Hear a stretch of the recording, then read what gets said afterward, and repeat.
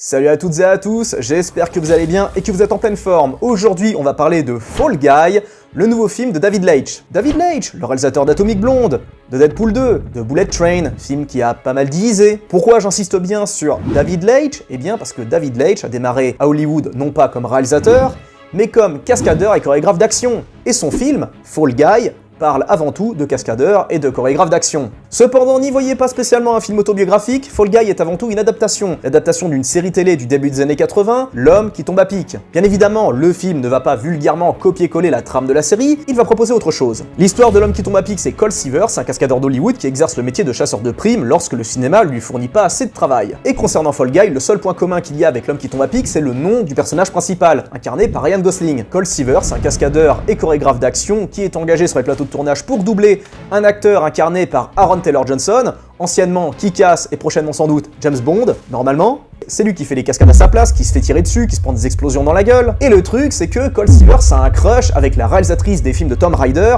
une certaine Jodie, incarnée par Emily Blunt. Les deux ont un crush au cours du tournage, mais pas de bol pour Cole Seavers, il se retrouve confronté à quelque chose d'horrible, un accident, il chute de plusieurs mètres et se bousille la colonne vertébrale. Après cet événement, on retrouve Cole Seavers un an et demi après, seul et plus ou moins déprimé, et puis il reçoit le coup de fil de la production, car on a besoin de lui pour doubler une fois de plus Tomb Raider. Le truc, c'est que Cole Seavers, il est pas tellement chaud, mais il apprend que la réalisatrice du film de Tomb Raider est encore une fois Jodie, et Cole Seavers va vouloir se recaser avec elle, et donc va accepter de tourner pour son film. Par la suite, il y aura une histoire d'enlèvement, en effet, Tomb Raider se fera enlever, et ce sera au pauvre cascadeur de se farcir l'enquête. Et c'est là qu'arrivera le début des emmerdes. Alors pour changer un peu d'habitude, concernant cette critique sans spoiler, je vais d'abord parler de l'esthétique, de la mise en scène, ensuite de la musique, après du jeu d'acteur, et ensuite, je dirai ce que j'en pense. Concernant l'esthétique et la mise en scène, c'est quelque chose de très fidèle à ce qu'on voit sur l'affiche, quelque chose d'énorme et de magnifique. Franchement, l'affiche, elle claque, elle est super belle, et le film est super beau. On a affaire quand même à une production qui a coûté plus de 125 millions de dollars, donc quelque chose d'énorme. Et on peut dire que le pognon a été très bien investi. Chorégraphie de dingue, explosion de dingue, course-poursuite de dingue.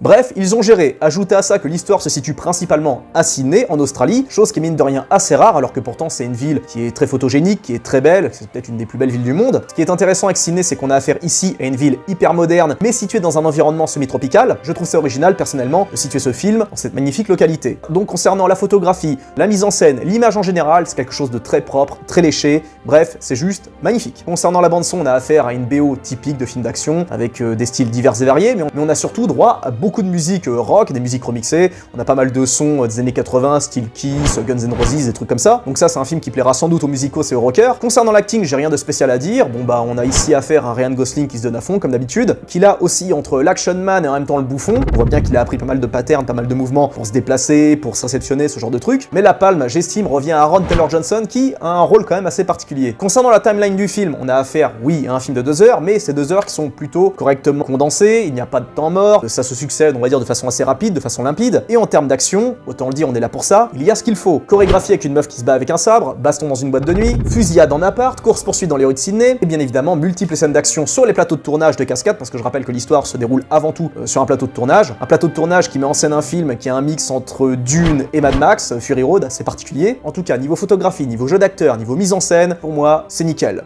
Mais on va arriver au point qui me dérange, et c'est là où je vais commencer à dire ce que je pense de ce film. Car si jusqu'ici, j'ai donné que des points positifs, maintenant, il faut que je parle de mon avis personnel, qui lui, pour le coup, l'est beaucoup moins. Alors j'ai dit que les scènes d'action étaient réussies, c'est le cas. Pour autant, est-ce qu'elles sont agréables à regarder? Eh bien, comment dire... Eh bien, j'estime que ces scènes d'action auraient pu être parfaites, notamment la course-poursuite dans les rues de Sydney ou encore la course-poursuite en hors-bord. Eh bien, j'estime que ces scènes auraient été parfaites si elles n'avaient pas été entrecoupées par des passages qui mettaient en scène Emily Blunt. Par exemple, dans la course-poursuite, bon bah, il y a Gosling qui course les mecs avec sa bagnole de sport, il percute leur camion ben, tout ça. Il y a une baston qui s'ensuit dans cette même ben, c'est cool. Le problème, c'est que cette scène est entrecoupée par des dialogues avec Emily Blunt, dans un bistrot où elle est en train de discuter avec une productrice. Donc on voit Ryan Gosling se battre avec un mec. Juste après, on voit Emily Blunt en train de siroter un drink. Ça enchaîne avec Gosling qui se frite encore avec le gars, qui renchaîne avec Emily Blunt en train de chanter un karaoké. Personnellement, j'ai trouvé ça très lourd car ça nous empêche justement de nous mettre dans la scène d'action alors qu'on est là pour ça. Et le problème du film, c'est ça, c'est le relationnel entre Ryan Gosling et Emily Blunt, car on a affaire ici à une histoire d'amour, une histoire de mélo, mais de mélo, vous savez, il y a le mélo sérieux et le mélo version comédie. Je sais pas quel est le plus cringe des deux, mais là pour le coup, on a affaire à du mélo comédie, et là autant dire que le film est lourd à cause de ça, parce qu'on se fout littéralement de l'histoire d'amour entre Emily Blunt et Ryan Gosling. En réalité, je pense qu'il aurait été mieux, pour le coup, de simplement presque copier-coller le scénario de L'homme qui tombe à pic et nous faire la même chose, à savoir Ryan Gosling en mode Drive où il est à la recherche de mecs à bolosser pour arrondir ses fins de mois, ça aurait été fun. Or là, non, on a affaire à une comédie un petit peu dans la même veine que Bullet Train, mais dans un autre style. On sent bien qu'il a voulu, on va dire,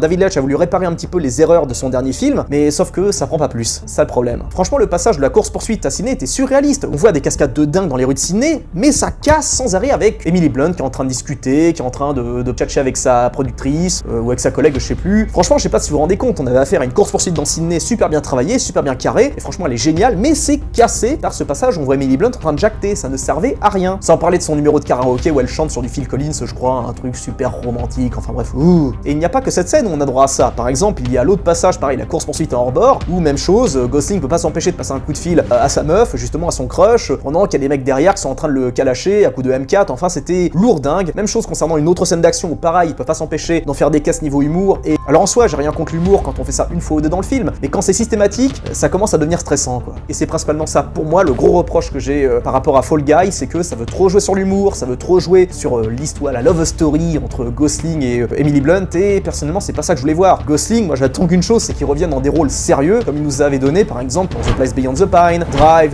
Only God Forgives. Personnellement, j'éprouve énormément d'affection pour The Place Beyond the Pine, carrément, qui est pour moi un des films les plus sous-cotés de sa génération, film que je vous recommande d'ailleurs. Alors après, il est peut-être dans sa période un petit peu cool, un petit peu genre en mode je fais des bouffonneries, je fais le beau gosse. On a eu Barbie, maintenant Fall Guy, qu'est-ce que ça va être pour la suite, mais j'espère qu'il va pas trop insister dans cette voie parce que ça risque de le rendre lourd en fait, parce que Gosling, t'es trop beau gosse pour jouer au kéké comme ça, c'est pas pour toi, les beaux gosses s'il vous plaît, restez dans votre coin, laissez-nous à nous, les autres, l'humour, les bouffonneries, les gags, ce genre de trucs. Parce que très franchement, est-ce que je suis le seul à trouver assez malaisant le fait de voir Gosling vouloir amuser la galerie? J'ai pas l'impression qu'il est à sa place dans ce genre de cas de figure. Il est trop beau, trop parfait. J'espère sincèrement qu'il va pas rempiler sur des rôles similaires parce que... Ouf... Ça va être compliqué, je pense. Le problème avec ce film, c'est que j'ai l'impression qu'il a été mal vendu par rapport à la bande-annonce, car on s'attend un petit peu à un film qui ne s'arrête pas en termes d'action, ce qui est le cas si on retire tous les passages avec Emily Blunt, qui vient freiner, on va dire, cette dynamique. J'ai rien contre Emily Blunt, j'adore cette actrice, mais je trouve que l'histoire d'amour avec elle était beaucoup trop forcée, et c'est ce qui, justement, en fait, en gros, c'est des montagnes russes. En gros, Gosling va faire des dingueries, des scènes d'action, des cascades, des machins, ça y est, le passage avec Emily Blunt, bon, ça y est, histoire de love, machin, tous les deux se parlent de leurs sentiments, machin, ça y est, ça revient, scène d'action, c'est cool, c'est génial, puis ça y est, Emily Blunt vient nous reparler de... Voilà, c'est quasiment que ça pendant 2 heures. Et autre point négatif que j'ai à apporter, c'est que ça parle non-stop. Ça ne s'arrête jamais. Alors moi j'ai beaucoup de problèmes avec les films où ça ne fait que de jacter. Là je sais qu'on a affaire à une comédie, alors moi je gueule souvent par rapport au film de Christopher Nolan où le mec peut pas s'empêcher de meubler à fond chaque scène en laissant ses personnages parler non-stop comme des mitrailleuses lourdes. Sauf que là c'était encore pire parce que non seulement les mecs font que de parler, mais en plus à côté de ça on a des scènes d'action de dingue. En plus moi j'ai vu le film en IMAX, j'avais les oreilles qui étaient prêtes à exploser, j'étais comme ça en train de me tenir la tête. J'ai eu plus d'acouphènes au cours de Fall Guy qu'au cours de Civil War, quoi. C'est quand même une dinguerie. Donc perso je suis mitigé, c'est un film pour meuf, j'ai l'impression, parce que je peux même pas considérer que ce soit un film fait pour le couple parce que c'est trop mélo et guimauve pour moi, enfin pour moi, je dis bien, je pense que par contre ça va parler aux filles, parce qu'évidemment il y aura l'histoire entre Emily Blunt et Ryan Gosling qui fait le kéké, qui fait le beau gosse, etc. Mais les mecs, je pense que... c'est pas que vous allez vous emmerder, mais je pense pas que ce soit spécialement le genre de film auquel vous vous attendez, quoi. Je me trompe peut-être, mais je pense que pour la majorité des gars, ça va peut-être pas être spécialement ce que vous recherchez. Voilà, ce sera tout pour cette critique de Fall Guy, j'espère qu'elle vous a plu. Si c'est le cas, n'hésitez pas à checker les autres vidéos, et n'hésitez pas à vous abonner si vous kiffez le format. Je vous dis à très bientôt les amis, prenez bien soin de vous, plein de bisous à tous, ciao.